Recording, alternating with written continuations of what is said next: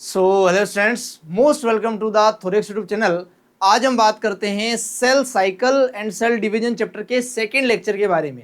एक भी second waste नहीं करेंगे और सीधा बढ़ जाएंगे अपन लेक्चर के ऊपर। इस लेक्चर के अंदर बच्चे कुछ टॉपिक कवर करने वाले हैं। सबसे पहले मैं बताऊंगा माइटोसिस के बारे में बच्चे, उसके बाद बताऊंगा इंटरफेज के बारे में, माइटोसिस का ही इंटरफेज पढ़ने वाले हैं। उसके बाद माइटोसिस का mitotic phase, mitosis cell division का टाइप है, माइटोटिक उसके फेज का नाम है, उसे पढ़ेंगे जिसे शॉर्ट में एम फेज भी बोलते हैं। उसके बाद पढ़ेंगे बच्चे कैरियोकाइनेसिस, जो कि एम फेज का ही क्या है, एक पार्ट है। उसके बाद पढ़ेंगे साइटोकाइनेसिस, जो एम फेज का ही क्या है, एक पार्ट है। उसके बाद बताऊंगा बच्चे मल्टी न्यूक्लिएटेड कंडीशन कैसे बनती है, एक ही सेल में एक से ज्यादा न्यूक्लियस कैसे कैसे बन सकते हैं, यहां पर बात करेंगे। उसके बाद जो माइटोसिस है वो क्यों इंपॉर्टेंट है हमारी लाइफ में, उसका सिग्निफिकेंस क्या है, इतने टॉपिकों को कवर करेंगे इसी लेक्चर के अंदर। तो बिना एक भी सेकंड वेस्ट किए चलते हैं अपने लेक्चर की तरफ। सबसे पहले बताता हूं बच्चे इंटरफेज के बारे में। देखो बच्चे, जैसा कि आपने पिछले लेक्चर में भी समझा था, इंटरफेज जब भी होता है तो यहाँ पर प्रिपरेशन होती है किसकी, सेल डिवाइड होने की। जितने भी ऑर्गेनेल सेल के अंदर प्रेजेंट है उन्हें डुप्लीकेट किया जाता है, उनके दो दो नंबर्स में किया जाता है उन्हें, ताकि अलग अलग सेल्स में उनके हाफ हाफ नंबर को डिवाइड किया जा सके। तो इंटरफेज के अंदर 3 स्टेट पढ़ाई थी बच्चे आपको। सबसे पहले जो होती है वो होती है जीवन, क्या पढ़ाई थी आपको, जीवन। उसके बाद पढ़ाई थी एस, उसके बाद पढ़ाई थी बच्चे G2। बोलो बात समझ में आती है। इनके अंदर क्या क्या फंक्शनिंग होती है अगर मैं वो लिखूं बहुत ही शॉर्ट में, या फिर इनके नाम अगर मैं आपको फिर से बताऊं भाई इनके नाम क्या क्या रखे गए हैं। देखो, जीवन को बोलते हैं बच्चे गैप पीरियड, क्या बोलते हैं, गैप पीरियड, ये है गैप पीरियड फर्स्ट। G2 को क्या बोलेंगे बच्चे, गैप पीरियड 2 बोल देंगे भाई, इसे बोल देंगे गैप पीरियड 2। एस का मतलब है सिंथेटिक, क्या मतलब है एस का मतलब है सिंथेटिक फेज। तो ये फेजों के नाम हो गए बच्चे, बात समझ में आती है। क्या ये जीवन जो है वो सिंथेटिक से पहले आ रहा है तो इसे लिखा जाता है प्री सिंथेटिक, क्योंकि ये पहले आ रहा है, इसे लिखते हैं प्री सिंथेटिक फेज। क्या लिखते हैं, प्री सिंथेटिक। इसे क्या बोल सकते हैं, ये सिंथेटिक के बाद आ रहा है तो पोस्ट सिंथेटिक। पोस्ट का मतलब ही बाद में और प्री का मतलब ही पहले होता है बच्चे। बोलो बात समझ में आती है, दोनों के नाम समझ में आए आपको। एस फेज को क्या लिख सकते हैं, phase between G1 and G2। ये G1 और G2 के बीच का क्या है बच्चे, फेज है। क्या इस जीवन से पहले एम फेज हुआ होगा, बिल्कुल।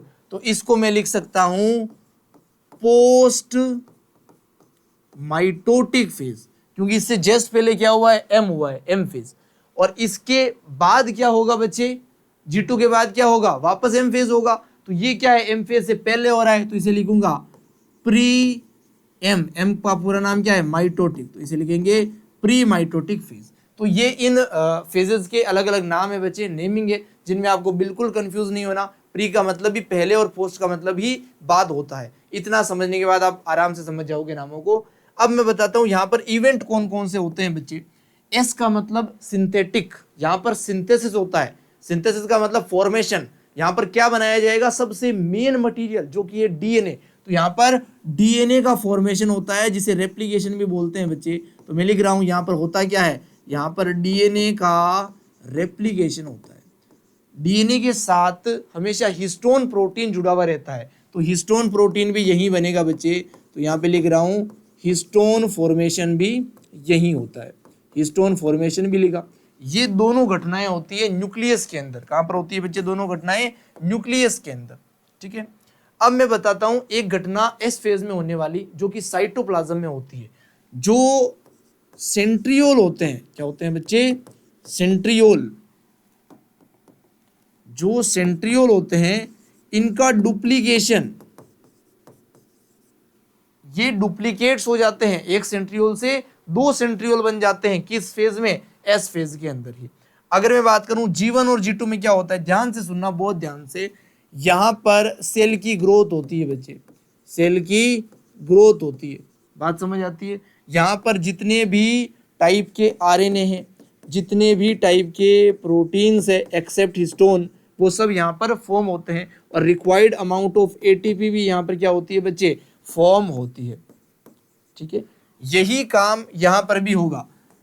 मेजरली टाइप के आरएनए, वेरियस टाइप के proteins and required amount of ATP, यहाँ भी क्या होगी बच्चे, फॉर्म होगी। अगला इवेंट जो लिखने जा रहा हूं उस पर फोकस करना।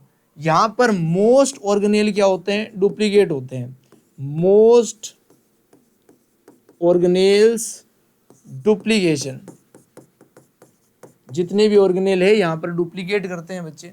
लेकिन यहां पर बहुत ही कुछ ऑर्गेनेल डुप्लीकेट करते हैं। सम ऑर्गेनेल्स डुप्लीकेशन, सम ऑर्गेनेल डुप्लीकेशन। कौन से ऑर्गेनेल है जो यहां पर डुप्लीकेट करते हैं, माइटोकॉन्ड्रिया एंड प्लास्टिड्स। यहां पर कौन से ऑर्गेनेल है जो डुप्लीकेट करते हैं बच्चे, जैसे कि वैक्यूल हो गया, जैसे कि लाइसोसोम हो गया, ये सब ऑर्गेनेल यहां पर डुप्लीकेट कर जाते हैं। क्लियरिटी है बच्चे। तो ये है बच्चे interphase of the mitosis cell division. Mitosis जब भी होगा उसके इंटरफेज में ये इवेंट्स होंगे, 3 स्टेप्स होंगे इसके अंदर। अब बात करता हूं मैं इंटरफेज के आगे। इंटरफेज के आगे एम फेज यानी कि माइटोटिक फेज स्टार्ट होता है बच्चे।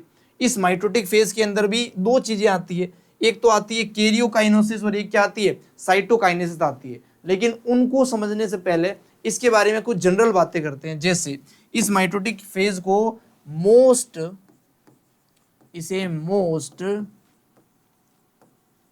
ड्रामेटिक फेज कहा जाता है। इस फेज के अंदर सबसे ज्यादा ड्रामा होता है बच्चे, सबसे ज्यादा इवेंट्स होते हैं, इसलिए इसे मोस्ट ड्रामेटिक फेज कहा जाता है। अगली लाइन सुनना बहुत ही ध्यान से। इसको फर्दर स्टेप्स में डिवाइड किया जाता है, लेकिन वो जो स्टेप्स होते हैं बच्चे उनके अंदर रीऑर्गेनाइजेशन होता है। सेल के जितने भी कंपोनेंट्स है उनका क्या होता है, रीऑर्गेनाइजेशन होता है। तो मैं यहां पे लिख रहा हूं reorganisation of almost all components of the cell. Cell के जितने भी कंपोनेंट्स हैं उनका रीऑर्गेनाइजेशन किस में होता है बच्चे, एम फेज के अंदर ही होता है। उसके अलावा ये जो फेज है ना बच्चे, ये एक प्रोग्रेसिव प्रोसेस है। ये एक प्रोग्रेसिव प्रोसेस है। क्या मतलब हुआ प्रोग्रेसिव प्रोसेस का, ये लगातार चलता रहता है। ऐसा नहीं है इसके अंदर कैरियोकाइनेसिस और साइटोकाइनेसिस दोनों स्टेप आते हैं, तो ऐसा नहीं है पहले कैरियोकाइनेसिस होगा उसके होने के बाद साइटोकाइनेसिस स्टार्ट होगा, ऐसा नहीं है। दोनों फेज लगातार चल रहे हैं। कैरियोकाइनेसिस हुआ उसके बीच में साइटोकाइनेसिस स्टार्ट भी हो गया। बात समझ आ रही है। ऐसा ये फेज तो हमने बनाए हैं ना पढ़ने के लिए, नाम तो हमने रखे हैं पढ़ने के लिए, स्टेप तो इवेंचुअली हो रहे हैं, लगातार हो ही रहे हैं। तो ये प्रोग्रेसिव प्रोसेस है भाई। इसका मीनिंग लिख रहा हूं मैं यहां पर, we can't draw a line between various stages. इसके अंदर जितनी भी स्टेजेस आती है उनके बीच में हम एक लाइन नहीं बना सकते कि यहाँ पे प्रोफेज खत्म, यहाँ पे मेटाफेज शुरू, यहाँ पे कैरियोकाइनेसिस खत्म, यहाँ पे साइटोकाइनेसिस शुरू। हम ये लाइन नहीं बना सकते हैं। बात समझ आती है, क्योंकि ये एक प्रोग्रेसिव प्रोसेस है बच्चे। तो एम फेज के बारे में ये कुछ जनरल बातें हैं बच्चे जिसको आप नोट कर सकते हैं। इसके बाद मैं आपको बताता हूं इस एम फेज का एक और नाम रखा जाता है बच्चे। इस एम फेज को क्या बोल रहे हैं, माइटोसिस सेल डिवीजन का एम फेज है ये। इसके अंदर जो सेल्स बनते हैं वो 100% पेरेंट के आइडेंटिकल होते हैं, इसलिए इस डिवीजन को क्या कहा जाता है, इसे ऑल्सो नोन एज करके लिखो आप, इसे बोलते हैं इक्वेशनल। इसे इक्वेशनल सेल डिवीजन भी आप कह सकते हो। इसका एक और नाम है, इसे आप सोमेटिक सेल डिवीजन भी कह सकते हो। देखो इक्वेशनल का मतलब क्या है बच्चे, इक्वेशनल का मतलब है इक्वल से। यहां पर जितने भी सेल्स बने हैं जो डॉटर सेल्स है, यहां पे लिख देता हूं मैं, daughter cells exactly exactly identical to the parental cell, जो पेरेंटल सेल था जिसके डिवाइड होने से डॉटर सेल बने, डॉटर सेल और पेरेंटल सेल 100% आइडेंटिकल होंगे, उनके बीच में कोई डिफरेंस होगा ही नहीं, क्रोमोसोम का number everything is identical, clone cells are formed, you can say that. यहां पर कहा क्या लिख सकते हैं, क्लोन सेल्स आर फॉर्म्ड, बिल्कुल ही आइडेंटिकल सेल्स यहां पर बनती है बच्चे। तो ये है एम फेज के बारे में कुछ जनरल बातें और उसके कुछ डिफरेंट नेम्स। अब मैं बताता हूं एम फेज के अंदर आने वाले स्टेप्स, जैसे कि कैरियोकाइनेसिस और साइटोकाइनेसिस के बारे में आपको। देखो बच्चे, ये जो वर्ड है कैरियोकाइनेसिस, इसको ध्यान से देखो। कैरियो वर्ड का मतलब ही होता है न्यूक्लियस। क्या मतलब होता है बच्चे, न्यूक्लियस। और काइनेसिस मतलब होता है मोशन, यहां पर न्यूक्लियस का मोशन होगा जिससे न्यूक्लियस क्या करेगा बच्चे, डिवाइड करेगा, न्यूक्लियस क्या करे, डिवाइड करे। तो काइनेसिस का मतलब तो काइनेटिक एनर्जी से है, मोशन से है, लेकिन यहां पर न्यूक्लियस के मोशन वर्ड का तात्पर्य क्या है, मीनिंग क्या है, न्यूक्लियस यहां पर डिवाइड करने वाला है बच्चे, कुछ मूवमेंट करके अपने अंदर। तो कैरियोकाइनेसिस को फर्दर 4 स्टेप के अंदर डिवाइड करते हैं, मैंने आपको बता ही रखा है। सबसे पहले स्टेप के ऊपर लेकर चलता हूं बच्चे, ध्यान से सुनना, ध्यान से। तो अजान होने के कारण 2 मिनट का गैप ले लेते हैं भाई वीडियो में, ठीक है। तब तक आप रिवाइज कर सकते हो, मैं पिछली स्लाइड लगा देता हूं, यू कैन रिवाइज इट।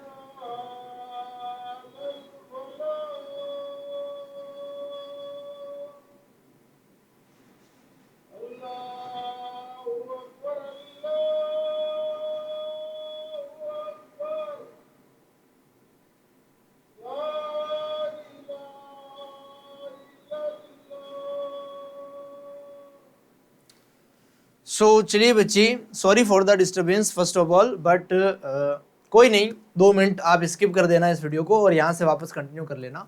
ध्यान से देखो बच्चे, मैं आपको बता रहा था कैरियोकाइनेसिस के बारे में। इसके अंदर 4 स्टेप्स आते हैं, पहले भी इनके नाम हम याद कर चुके हैं, लिख चुके हैं। अब उनको डिटेल में समझाता हूँ। डिटेल का मतलब है फील, आपको फील आना चाहिए कि होता क्या है आखिर कैरियोकाइनेसिस के अंदर। मैं यहाँ पर एक नॉर्मली सेल ड्रॉ कर रहा हूँ बच्चे, ये कोई सेल है, ये क्या है, कोई सेल है, ये क्या है, ये कोई सेल है। इस सेल के अंदर ये एक न्यूक्लियस ड्रॉ किया है, ये क्या है बच्चे, एक न्यूक्लियस है। अगर सेल को डिवाइड करना है, एम फेज को शो करना है, तो न्यूक्लियस क्या करेगा बच्चे, डिवाइड करेगा पहले, उसके बाद साइटोप्लाज्म डिवाइड करेगा। न्यूक्लियस के अंदर क्या है बच्चे, ये बना रहा हूं मैं कुछ मटेरियल, ये क्या है, ये है क्रोमेटीन मटेरियल, क्रोमेटीन मटेरियल, ये क्रोमेटीन मटेरियल पड़ा है। जब न्यूक्लियस को डिवाइड करना है तो क्रोमोसोम का फॉर्मेशन होगा। ये जो क्रोमेटीन है ना, ये क्रोमेटिन ये बदल जाएगा, ये मॉडिफाई हो जाएगा क्रोमोसोम के अंदर। किसके अंदर? क्रोमोसोम के अंदर। कैसे होगा सर? ऐसे कैसे बदल जाएगा? कंडेंसेशन प्रोसेस से। कैसे बदलेगा? कंडेंसेशन से। अब कंडेंसेशन का मतलब है कंडेंस कर देना, डेंसिटी बढ़ा देना। जो क्रोमोसोम मटेरियल फैला हुआ है वो एक जगह आकर रुकेगा, एक जगह आकर अपनी डेंसिटी बढ़ाएगा, उस जगह क्या बन जाएगा बच्चे? क्रोमोसोम बन जाएगा। उसके अलावा ये जो न्यूक्लियस है, इसकी ये जो मेम्ब्रेन है, यहां पर क्या लिख रहा हूं? न्यूक्लियर मेम्ब्रेन जो है, गिव मी 1 सेकेंड, ये जो न्यूक्लियस है इसकी जो मेम्ब्रेन है, अब भाई क्रोमोसोम को अलग अलग करना है तो इस मेम्ब्रेन को गायब होना पड़ेगा। ये मेम्ब्रेन होगी डिसअपीयर, ये गायब हो जाएगी बच्चे। ये जो क्रोमेटिन मटेरियल होता है ना, इस मटेरियल के अंदर एक डेंस रीजन होता है, डेंस, जहां पर पहले से डेंसिटी बहुत ज्यादा होती है, उसे बोलते हैं बच्चे न्यूक्लियोलस। क्या बोलते हैं? न्यूक्लियोलस। इसे भी डिसअपीयर, इसे भी गायब होना पड़ेगा जब न्यूक्लियर का डिवीजन, कैरियोकाइनेसिस स्टार्ट हो रहा होगा। न्यूक्लियोलस क्या होगा? यहां पर डिसअपीयर होगा बच्चे। तो न्यूक्लियोलस भी क्या हो गया? डिसअपीयर हो गया। न्यूक्लियर मेम्ब्रेन भी क्या हो गई? डिसअपीयर हो गई बच्चे। और जो क्रोमेटिन था वो क्या हो गया? वो क्रोमोसोम के अंदर कन्वर्ट हो गया है। इसके अलावा जो सेंट्रियोल का डुप्लीकेशन हुआ था S phase of the interphase में, वो दोनों डुप्लीकेट हुए सेंट्रियोल अलग अलग पोल्स पे जाना स्टार्ट हो जाएंगे। सपोज कर लेते हैं भाई ये वो सेंट्रियोल्स है, ये मैंने वो सेंट्रियोल्स बनाए जो डुप्लीकेट करके ऐसे रख दिए। अब ये क्या करेंगे? ये अलग अलग पोल्स पे, ये सेंट्रियोल इधर और ये सेंट्रियोल इधर जाना शुरू हो जाएगा। तो अगला स्टेप भी लिख देता हूं मैं यहां पर कि सेंट्रियोल क्या करते हैं? मूव करते हैं। Centriole moves towards opposite poles, towards opposite poles. तो ये जो इवेंट मैं आपको बता रहा हूं ये तब होते हैं जब कैरियोकाइनेसिस स्टार्ट हो जाता है। और स्टार्ट होते ही सबसे पहला स्टेप क्या आता है बच्चे? सबसे पहला स्टेप इसका नाम है प्रोफेज। क्या आता है बच्चे? प्रोफेज। अगर कोई आपसे पूछे कि प्रोफेज में क्या क्या होता है बताओ, तो ये सारे इवेंट बता देना। सबसे पहले न्यूक्लियर मेम्ब्रेन है ना, उसके बाद न्यूक्लियोलस, उसके बाद जो लार्ज ऑर्गेनेल है, जैसे मैं लिखूं ईआर हो गया, जैसे मैं लिखूं गोल्जी बॉडी हो गया, ये भी क्या कर जाते हैं बच्चे? ये भी डिसअपीयर कर जाते हैं। तो क्या क्या बताओगे प्रोफेज में? ER, Golgi body, nuclear membrane और न्यूक्लियोलस, ये सब डिसअपीयर कर जाते हैं। उसके अलावा जो क्रोमेटिन है वो क्रोमोसोम में कन्वर्ट हो जाता है। उसके अलावा जो सेंट्रियोल डुप्लीकेट हुए थे एस फेज में, वो ऑपोजिट पोल पे जाना स्टार्ट हो जाते हैं और प्रोफेज के कंप्लीट होते होते ये ऑपोजिट पोल पे भी पहुंच जाते हैं। बोलो बात समझ आई? ये सारे स्टेप होने के बाद आखिर सेल दिखाई कैसे देने लगता है? ये रहा भाई वो सेल। इस सेल के अंदर बन चुके हैं यहां पर क्रोमोसोम्स। जो क्रोमेटिन मटेरियल था कुछ ऐसे क्रोमोसोम को बना के रख लेगा, वो ये बन गए क्रोमोसोम जो डायरेक्टली साइटोप्लाज्म है। न्यूक्लियर मेम्ब्रेन गायब हो चुकी है, न्यूक्लियस गायब हो चुका है, ईआर, गोल्जी बॉडी सब गायब हो चुके हैं। और जो सेंट्रियोल है आपके, और जो सेंट्रियोल है वो ऑपोजिट पोल्स पे जा चुके हैं यहाँ पर। तो ये अरेंजमेंट जो है सेल का वो दिखाई देने लग गया है प्रोफेज के खत्म होते होते। अब लेकर चलता हूं बच्चे आपको अगले स्टेप के ऊपर, जो कैरियोकाइनेसिस का अगला स्टेप है, जिसे हम बोलते हैं मेटाफेज। क्या बोलते हैं बच्चे? मेटाफेज बोलते हैं। ध्यान से सुनिएगा, ध्यान से। यहां पर लिख देता हूं मैं आपके सामने सेकंड स्टेप के बारे में, जो कि है मेटाफेज। क्या है वो? मेटाफेज है बच्चे। मेटाफेज में क्या होगा? ध्यान से समझो। अभी जो हमने सेल बनाया, सेल कैसा बन गया है प्रोफेज के लास्ट में? ये कुछ क्रोमोसोम थे बच्चे, ऐसे ऐसे ऐसे और ऐसे, ये कुछ क्रोमोसोम है, ये क्रोमोसोम है और इनके पास में सेंट्रियोल है भाई ऑपोजिट पोल पे। यहाँ पर ये क्या है बच्चे? सेंट्रियोल है। ये हो गया है प्रोफेज के अंदर। मेटाफेज के आते ही क्या होगा? एक प्लेट बनेगी जिसे मेटाफेज प्लेट बोलते हैं, उसके ऊपर सारे क्रोमोसोम आकर बैठ जाएंगे। तो होगा क्या बच्चे? यहाँ पे लिख रहा हूं मैं, क्रोमोसोम्स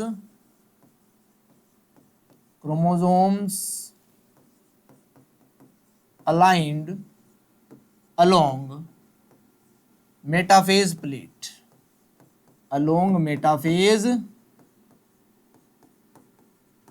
प्लेट।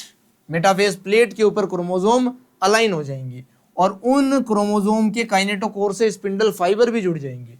क्या लिख रहा हूं मैं, spindle fibres attached to kinetochore of chromosomes. Chromosomes का जो सेंट्रोमियर है उसके ऊपर जो प्रोटीन की डिस्क है काइनेटोकोर्स, उसके ऊपर स्पिंडल फाइबर जुड़ जाएंगे जो इन सेंट्रोओल से, जो इस सेंट्रियोल से प्रोड्यूस हो रहे हैं। बात समझ में आती है? बहुत ही बढ़िया बच्चे। अब सुनो, इसका स्ट्रक्चर बना देता हूं मैं, कैसा हो जाएगा मेटाफेज के अंदर सेल कैसा दिखने लगेगा आपको। ये सेल है, इसके ऊपर जो आप 4 क्रोमोसोम लेके चल रहे हो वो कुछ ऐसे अरेंज हो जाएंगे, ये फर्स्ट, ये सेकेंड, ये थर्ड और ये फोर्थ, ये एक लाइन में अरेंज हो गए हैं। ये जो लाइन बनी है ना बच्चे, ये लाइन, ये लाइन, इस लाइन को बोलते हैं मेटाफेजिक प्लेट। ये है मेटाफेज प्लेट बच्चे, ये प्लेट मेटाफेज के अंदर ही बनती है। इस फेज को अगर आप बहुत ध्यान से देखो, इसके अंदर क्रोमोसोम काफी बड़े बड़े दिखाई दे रहे हैं, तो उनकी स्टडी जो है, उनके स्ट्रक्चर की स्टडी बहुत इजी हो जाती है। अगर मैं लिखूं इस फेज के अंदर क्रोमोसोम की स्ट्रक्चर बहुत अच्छे से बढ़ी जाती है, यानी कि morphology and structure of chromosome can be study easily. बहुत ही आसानी से मॉर्फोलॉजी और स्ट्रक्चर को पढ़ा जा सकता है भाई क्रोमोसोम की, क्योंकि काफी बड़े बड़े क्रोमोसोम्स यहाँ पर बन जाते हैं बच्चे। तो ये मैंने 2 स्टेप बताया आपको, प्रोफेज बताया मैंने मेटाफेज बताया आपको। इसके बाद मैं आपको एनाफेज बताऊंगा। बस एक स्लाइड ऐड करने का प्रयास कर लेते हैं। How can we add it? Black slide तो हमें नहीं चाहिएगी, इसका कलर थीम ये कलर ले लेते हैं, ठीक है। तो अब मैं बता रहा हूं तीसरे स्टेप के बारे में बच्चे। कलर ठीक दिख रहा है ना? हाँ ठीक है। तीसरे स्टेप के बारे में बता रहा हूं, ध्यान से देखिएगा। तीसरा स्टेप है एनाफेज। क्या है? एनाफेज। मेटाफेज में क्या हुआ था, एक मेटाफेजिक प्लेट के ऊपर सारे क्रोमोसोम बैठ गए थे और उसके ऊपर जो स्पिंडल फाइबर है वो भी अटैच हो गए। यहाँ पर हमें स्पिंडल फाइबर भी अटैच कर देने चाहिए क्योंकि वो भी काम यहाँ पर हो गया है बच्चे। ये जो सेंट्रोसोम के सेंट्रियोल है यहाँ पर, यहाँ से स्पिंडल फाइबर निकलकर अटैच हो जाते हैं भाई क्रोमोसोम के काइनेटोकोर से। ये भी मेटाफेज के अंदर ही हो जाता है। तो कुछ ऐसे स्पिंडल फाइबर अटैच कर रहा हूं मैं आपके सामने, ये स्पिंडल फाइबर अटैच हो गए हैं। अब क्या होगा एनाफेज के अंदर, ये कंडीशन चली जाएगी एनाफेज के अंदर। यहाँ पे फिर से सेल को ड्रॉ करते हैं बच्चे। ये क्या है? सेल है, इसके अंदर कुछ ऐसे क्रोमोसोम आए हैं भाई मेटाफेज से, कुछ ऐसे क्रोमोसोम, ये क्रोमोसोम, ये क्रोमोसोम, ये क्रोमोसोम और ये क्रोमोसोम। इन क्रोमोसोम का अलाइनमेंट कहाँ पर है? एक लाइन में है भाई, जिसे मेटाफेज प्लेट बोलते हैं। अब यहाँ पर क्या है बच्चे? सेंट्रियोल है। यहाँ पर भी क्या है? सेंट्रियोल है।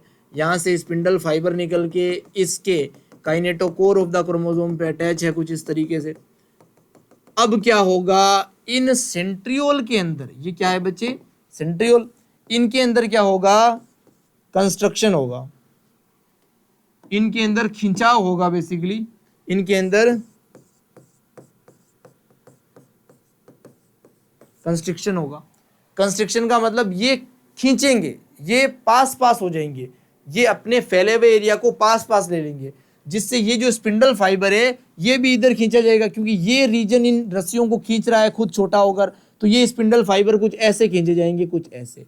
इन स्पिंडल फाइबर के खींचे जाने से जो क्रोमोसोम है वो दोनों तरफ खींचा जाएगा। एक क्रोमोसोम को पकड़कर दोनों तरफ से खींचा जा रहा है भाई, तो ये क्रोमोसोम बीच में से टूटेगा। इसका जो सेंटर है सेंट्रोमियर वो भी ब्रेक करेगा। होगी कैसी कंडीशन? ध्यान से देखो, यहां बना रहा हूं अगली स्टेट। यहां पर हो जाएगा क्या? ध्यान से देखना। ये क्रोमोसोम टूट गया है कुछ ऐसे, ये क्रोमोसोम 2 भागों में टूट गया, एक भाग इधर और एक भाग इधर। अगला क्रोमोसोम भी ऐसा हो गया, कुछ ऐसा हो गया। अगला क्रोमोसोम भी ऐसा ऐसा, और लास्ट क्रोमोसोम भी ऐसा ऐसा हो गया है, कुछ ऐसा। बात समझ में आती है? अगर आप ध्यान से देखो, ध्यान से, कैसे देखो? ध्यान से। तो जो ब्रेक डाउन हुआ है। क्या हुआ है? Break down. कुछ ऐसा दिखाई दे रहा है आपको। इसको मैं थोड़ा और अच्छा ड्रॉ करूंगा, थोड़ा सा और अच्छा ड्रॉ करते हैं। ये जो रस्सी इनको खींच रही है, ये रस्सी कहां से लगी हुई है? सेंट्रोमियर से। तो जब इस रस्सी को पकड़ के खींचेंगे तो सेंट्रोमियर पहले आएगा, उसके बाद जो आर्म्स ऑफ द है, पी और Q arms of the chromosome जो है वो बाद में आएगी। बात समझ आई? तो मैं बना रहा हूं इधर सेंट्रोमियर को। बात समझ आई? मैं बना रहा हूं इधर सेंट्रोमियर को, क्योंकि इधर से रस्सी खींच रही है, इधर से रस्सी खींच रही है। कुछ ऐसा अलाइनमेंट आपको ड्रॉ करना है भाई, कुछ ऐसे। बात समझ आई आपको? मैंने सेंट्रोमियर को उधर क्यों किया? क्योंकि खींचने वाली जो रस्सियां हैं बच्चे, वो इधर से इन्हें खींच रही है। ये है वो सेंट्रियोल, इधर सेंट्रियोल है, रस्सियां पकड़ के इधर से खींच रही है। तो एनसीईआरटी में क्लियरली लिखा हुआ है, क्लियरली, कि आर्म्स जो है वो पीछे पीछे आ रही है, सेंट्रियोल जो है वो आगे आगे जा रहा है। ये लाइन यहां से आपको आराम से समझ में आ जाएगी। तो यहां पर हुआ क्या है भाई? कंस्ट्रिक्शन इन सेंट्रियोल हुआ है एनाफेज के अंदर। कंस्ट्रिक्शन होने से क्या हुआ है भाई? सेंट्रोमियर जो है आपका, सेंट्रोमियर ब्रेक्स, सेंट्रोमियर टूट गया है, जिससे क्या हुआ है? Sister chromatids, sister chromatids of chromosome, of chromosome separates. अगर आपको नहीं पता है सिस्टर क्रोमेटिड क्या होता है, तो एक ही क्रोमोसोम के जो दो टुकड़े हैं इन्हें आपस में सिस्टर क्रोमेटिड कहा जाता है। एक टुकड़े का नाम क्रोमेटिड है, एक ही क्रोमोसोम के तो वो सिस्टर क्रोमेटिड है। दो अलग अलग क्रोमोसोम के टुकड़े हैं तो वो नॉन सिस्टर क्रोमेटिड है। सिस्टर क्रोमेटिड यहां पर सेपरेट हो जाते हैं भाई सेंट्रोमियर के ब्रेक होने से, और वो मूव कर जाते हैं टुवर्ड्स ऑपोजिट पोल्स। यहां पे लिख देते हैं मूव्स टुवर्ड्स ऑपोजिट पोल्स। तो ऑपोजिट पोल्स की तरफ भी वो मूव कर जाते हैं इस एनाफेज के अंदर। तो ये होता है भी एनाफेज के अंदर। अगर आप ध्यान से देखो तो यहां पर जो शेप ऑफ क्रोमोसोम है, जिसे आप एनाटॉमी भी कह सकते हो, एनाटॉमी या फिर shape of chromosome, shape of chromosome can be study easily. इसे बहुत ही इजीली पढ़ा जा सकता है। बात समझ आई? कोई भी डाउट नहीं होना चाहिए भाई एनाफेज स्टेट के अंदर। एक स्लाइड और ऐड कर लेते हैं अपन यहां पर। इस स्लाइड के ऊपर समझा देता हूं आपको टीलोफेज बच्चे, फोर्थ स्टेज। यहां पे क्या समझा देता हूं आपको? टीलोफेज समझा देता हूं। टीलोफेज जो जो काम प्रोफेज में हुआ है उसका जस्ट उल्टा क्या होगा बच्चे? टीलोफेज में होगा। जैसे कि पहला काम है न्यूक्लियर की जो मेम्ब्रेन है, इसके अलावा जो न्यूक्लियोलस है, इसके अलावा जो ईआर है, इसके अलावा जो गोल्जी बॉडी है, ये सब डिसअपियर हुए थे प्रोफेज में। ये सब हो जाएंगे रीअपियर, वापस बन जाएंगे, वापस रीफॉर्म हो जाएंगे। बात समझ आती है? अगला स्टेप क्या हुआ था प्रोफेज में? क्रोमेटिन ने क्रोमोसोम बनाया था। यहां पर वापस क्रोमोसोम क्या बना लेगा बच्चे? क्रोमेटिन बना लेगा। बात समझ आती है? वापस क्या बन गया? क्रोमेटिन बन गया। और जो सेंट्रियोल है उनके वापस पोल से इधर आने का कोई मीनिंग ही नहीं है, क्योंकि कंडीशन कैसी हो गई मैं आपको बता देता हूं। ध्यान से देखो, ये कोई सेल है, इस सेल के अंदर हमने कहा कि इधर चले जा चुके हैं भाई ये जो क्रोमोसोम के सिस्टर क्रोमेटिड्स है वो सेपरेट होकर ऐसे आ चुके हैं, ऐसे। ठीक है, कुछ ऐसी कंडीशन है। अब क्या हुआ है मैं आपको बता रहा हूं, ये जितने भी क्रोमोसोम के पार्ट्स है, इन्होंने मिलकर क्या बना लिया बच्चे? क्रोमेटिन बना लिया वापस ऐसे। इन्होंने मिलकर क्या बना लिया? वापस क्रोमेटिन बना लिया ऐसे। और इस क्रोमेटिन के ऊपर यहाँ पर एक मेम्ब्रेन बन गई, यहाँ पर भी एक मेम्ब्रेन बन गई। ये क्या है? ये न्यूक्लियर मेम्ब्रेन बन गई, दोनों के ऊपर न्यूक्लियर मेम्ब्रेन। इसके अंदर क्या हुआ? ये जो क्रोमेटिन है वो भी डेंस स्ट्रक्चर में कन्वर्ट हो गया। इस डेंस स्ट्रक्चर का नाम क्या है बच्चे? न्यूक्लियोलस है। ये क्या है? न्यूक्लियोलस है। यहाँ पर भी सेल के अंदर वापस ईआर और गोल्जी बॉडी बनने लग गए। तो कुछ इस टाइप का सेल यहाँ पर दिखने लग जाता है वापस। उम्मीद करता हूं कोई कंफ्यूजन नहीं है भाई। प्रोफेज, मेटाफेज, एनाफेज, टीलोफेज, चारों स्टेप क्लियर है, जिसमें न्यूक्लियस डिवाइड हुआ है किसी सेल के अंदर। इसे आप याद रखना चाहो तो PMAT से याद रखोगे। प्रोफेज, मेटाफेज, एनाफेज और टीलोफेज पीएमटी तो जानते ही हो, प्री मेडिकल टेस्ट, इसके बीच में बस ऐड करना है, प्रोफेज, मेटाफेज, एनाफेज और टीलोफेज। वैसे ट्रिक की जरूरत ही नहीं पड़ेगी, इतना अगर आप डिटेल में पढ़ते हो, बार बार पढ़ते हो चीजों को, तो ट्रिक की जरूरत ही नहीं है। It is a very basic चीज है ना, अगर पहली बार पढ़ोगे तो आपको थोड़ा ऑकवर्ड लग सकता है। इसके बाद चलते हैं बच्चे साइटोकाइनेसिस स्टेप के ऊपर।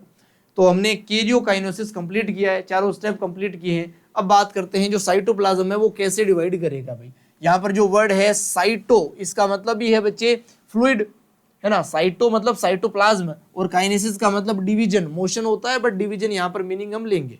अब सुनो ध्यान से, होगा क्या ये स्टेप स्टार्ट कब होता है, ध्यान से सुनना, स्टार्ट्स इन एनाफेज। जब एनाफेज चल रहा होता है तभी साइटोकाइनेसिस स्टार्ट हो जाता है। अगर कोई प्लांट सेल है और अगर कोई एनिमल सेल है तो उनमें अलग अलग तरीके से होता है भाई। यहाँ पे एनिमल सेल बता दूंगा, यहाँ पर आपको प्लांट सेल बता दूंगा। ध्यान से सुनना बच्चे, प्लांट सेल और एनिमल सेल। एनिमल सेल के ऊपर प्लाज्मा मेम्ब्रेन है, आउटर मोस्ट कवरिंग क्या है, प्लाज्मा मेम्ब्रेन। ये होती है फ्लेक्सिबल। कैसी होती है बच्चे, फ्लेक्सिबल। अगर ये फ्लेक्सिबल है तो यहाँ पर गड्ढे बनते हैं प्लाज्मा मेम्ब्रेन के अंदर, जिन्हें बोलते हैं फरो। क्या बोलते हैं, फरो। ये कोई सेल था, जैसे यहाँ पर सेल ड्रॉ करूं, ये कोई सेल है, ये कोई सेल है। इस सेल में क्या हुआ, फरो का फॉर्मेशन हुआ। तो फरो गड्ढा कुछ ऐसा बना है, ध्यान से देखो, ऐसा, इधर भी गड्ढा और इधर भी गड्ढा। ये जो स्ट्रक्चर है इसे बोलते हैं फरो। क्या बोलते हैं, फरो, गड्ढा। एनिमल सेल के अंदर बन सकता है क्योंकि प्लाज्मा मेम्ब्रेन है और वो फ्लेक्सिबल है, इसलिए इस साइटोकाइनेसिस के मेथड को फरो मेथड ही नाम दे दिया।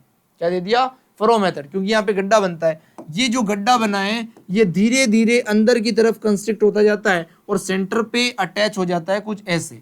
ये जो कुछ टाइम के बाद गड्ढा है बड़ा होता जाएगा ऐसे और सेंटर पे अटैच हो जाएगा ऐसे। ये दो सेल में डिवाइड हो गया है, ध्यान से देखो, इनके बीच में न्यूक्लियस पहले ही डिवाइड होके इधर उधर जा चुका है। क्लियरिटी है। तो ये जो मेथड है एनिमल्स में होता है फरो मेथड।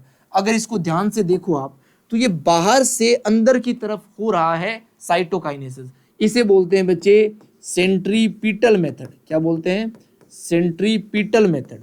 याद ऐसे रखेंगे, बाहर से अंदर की तरफ हो रहा है, आउटवर्ड टू इनवर्ड मोशन हो रहा है इस प्लाज्मा मेम्ब्रेन का। हम ऐसे याद रखेंगे, घर वाले जो है, मम्मी जो है, किसी बच्चे को बाहर से अंदर ला रही है पीटते हुए, सेंट्रीपिटल, पीटल से याद रखो, पीटते हुए। बच्चे को बाहर से अंदर लाया जाता है पीटते हुए, तो बाहर से अंदर की तरफ जो मेथड आ रहा है वो सेंट्रीपिटल मेथड होगा बच्चे। बात समझ में आती है। ट्रिक को बार बार एनालाइज करेंगे, कभी आप चीज को भूलेंगे नहीं। अगर प्लांट सेल है उसमें क्या होगा, ध्यान से सुनना। प्लांट सेल में बच्चे सेल वॉल होती है जो कि एक रिजिड स्ट्रक्चर होती है। यहाँ पर फ्रो मेथड अप्लीकेबल नहीं हो सकता, बहुत ही रिजिड स्ट्रक्चर है जो सेल वॉल है। प्लांट सेल को कुछ ऐसे ड्रॉ कर रहा हूं मैं, ध्यान से देखो, ये प्लांट सेल है। अगर इस प्लांट सेल में साइटोकाइनेसिस होता है तो क्या होता है, ध्यान से सुनना। सबसे पहले गोल्जी बॉडी के और ईआर के टुकड़े आकर एक लाइन बनाते हैं बिटवीन द सेल। इस लाइन को बोल देंगे बच्चे सेल प्लेट। क्या बोल देंगे, सेल प्लेट। हालांकि फ्रेगमोप्लास्ट भी बना है यहाँ पर, फ्रेगमोप्लास्ट भी बन गया है यहाँ पर। एक्चुअली में अगर पूरी डिटेल बताऊं आपको सेल वॉल के फॉर्मेशन की, क्योंकि सेल चैप्टर में भी पढ़ाई थी आपको। सबसे पहले क्या होता है, कैल्शियम, मैग्नीशियम और पेक्टिन आके जमा होता है बच्चे बीच में, जिससे मिडल लेमेला बनता है। अब मिडल लेमेला के ऊपर प्राइमरी सेल वॉल बनेगी, यानी कि पेक्टिन आके जमा होगा। इसके साथ ईआर के टुकड़े, पेक्टिन्स, ये सब आ जाते हैं बच्चे, जिससे सेल वॉल बनना शुरू हो जाती है। तो ये सेल वॉल बन रही है वापस से यहाँ पर। इसका फॉर्मेशन स्टार्ट कहाँ से होता है, अगर आप ध्यान से देखो तो सेंटर से स्टार्ट होकर बाहर की तरफ जाता है। ये बाहर से स्टार्ट होकर सेंटर की तरफ आया था, इसलिए सेंट्रीपिटल। इसको नाम देंगे अपन सेंट्रीफ्यूगल मेथड। क्या बोलते हैं इसे, सेंट्रीफ्यूगल मेथड बोलते हैं बच्चे। और इसको जैसे फ्रो मेथड बोला है, इसको बोलते हैं प्लेट मेथड। क्या बोलते हैं इसको, इसको बोलते हैं प्लेट मेथड, क्योंकि सेल प्लेट यहाँ पर बनी है। तो ये डिटेल्स आपको ध्यान में रखनी है भाई। इससे एक भी वर्ड ज्यादा याद मत रखना, जितना एनसीईआरटी में है उतना ही आएगा नीट में, ना एक वर्ड ज्यादा ना एक वर्ड कम, उतना ही आपको पढ़ाएंगे। चिंता आप करो ही मत बिल्कुल भी। उसके बाद बताता हूं बच्चे आपको मल्टी न्यूक्लिएटेड कंडीशन के बारे में। ये कंडीशन बनती कैसे है भाई, ध्यान से सुनना। अगर किसी सेल में कैरियोकाइनेसिस हुआ, कैरियोकाइनेसिस हो गया, एक न्यूक्लियस ने दो न्यूक्लियस बना दिए, उसके बाद अगर सेल ने साइटोकाइनेसिस किया ही नहीं, तो एक ही सेल के अंदर दो न्यूक्लियस बन गए ना, तो ये मल्टी न्यूक्लियस हो गए ना, मल्टी न्यूक्लिएटेड कंडीशन हो गई। इस कंडीशन को क्या बोलते हैं बच्चे? सिनोसाइट। इस कंडीशन का नाम क्या है? सिनोसाइट नाम है बच्चे। बात समझ आई? ये कंडीशन कहां पर मिलती है? एग्जाम्पल की अगर मैं बात करूं, ये मिलती है फाइकोमाइसिटीज फंजाई के अंदर। जो फाइकोमाइसिटीज फंजाई है वहां पर सिनोसाइट कंडीशन मिलती है, यानी कि मल्टी न्यूक्लिएटेड कंडीशन मिलती है। ये कंडीशन बनी कैसे है? कैरियोकाइनेसिस हुआ, साइटोकाइनेसिस नहीं हुआ है वहां पर। अब अगला केस सुनना बच्चे, अगर ये कोई सेल है, suppose it is a cell और इसके अंदर ये न्यूक्लियस, ये भी कोई सेल है, ये न्यूक्लियस है, ये सेल दोनों पास पास आते हैं, फ्यूजन करते हैं और कुछ इस तरीके से फ्यूज हो जाते हैं, इनके न्यूक्लियस ऐसे हैं, तो क्या ये भी मल्टी न्यूक्लिएटेड कंडीशन हो गई? बिल्कुल हो गई भाई। सेल के फ्यूजन से भी क्या बन जाती है? मल्टी न्यूक्लिएटेड कंडीशन बन जाती है। बोलो बात समझ में आती है? इस मल्टी न्यूक्लिएटेड कंडीशन को बोलते हैं सिंसियम। क्या बोलते हैं बच्चे? सिंसियम। और ये सिंसियम कंडीशन देखी जाती है, टिपिकल एग्जांपल है उसका liquid endosperm. Liquid endosperm of coconut. Coconut के लिक्विड एंडोस्पर्म में टिपिकली सिंसियम कंडीशन देखी जाती है, और फाइकोमाइसिटिस फंजाई में टिपिकली सिनोसाइट कंडीशन देखी जाती है। दोनों ही मल्टी न्यूक्लिएटेड कंडीशंस के नाम है, विथ एग्जांपल आपको एक्सप्लेन कर दिए कैसे बनते हैं उसके साथ। अब बच्चे आते हैं last topic of the lecture, significance of mitosis. आखिर माइटोसिस इतना जरूरी क्यों है हमारी लाइफ में, कहां कहां पर ये कंडक्ट होता है? ध्यान से सुनना। पहला सिग्निफिकेंस लिख रहा हूं बच्चे, growth of body. Growth of body. जो जाइगोट होता है बच्चे, जाइगोट ये सिंगल सेल होता है, इससे पूरी बॉडी का जो फॉर्मेशन होता है ना, ये माइटोसिस सेल डिवीजन से ही होता है। ये किससे होता है? ये माइटोसिस सेल डिवीजन से ही होता है। ठीक है, क्रोमोसोम का नंबर सेम रखना है यहाँ पर, तो माइटोसिस सेल डिवीजन से ही क्या होता है? बॉडी का पूरा ग्रोथ होता है भाई। ये पहला सिग्निफिकेंस ऑफ द माइटोसिस है। दूसरा लिख रहा हूं आपके सामने, ध्यान से सुनना। दूसरा लिख रहा हूं आपके सामने, गिव मी 1 सेकेंड।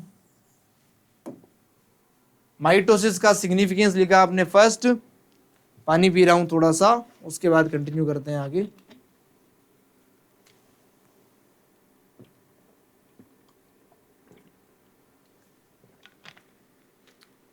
चलिए बच्चे, अब बात करते हैं दूसरा सिग्निफिकेंस क्या है माइटोसिस का। जितनी भी ग्रोथ होती है बॉडी के अंदर वो माइटोसिस से करवाता है। सेकंड नंबर पे लिखो आप, अगर किसी बॉडी के किसी भी पार्ट पे चोट लग जाती है, इंजरी हो जाती है, क्या हो जाती है? इंजरी हो जाती है, तो उसे करेक्ट भी कौन करता है? माइटोसिस ही करता है। उसे करेक्ट भी माइटोसिस ही करता है। जैसे एग्जांपल,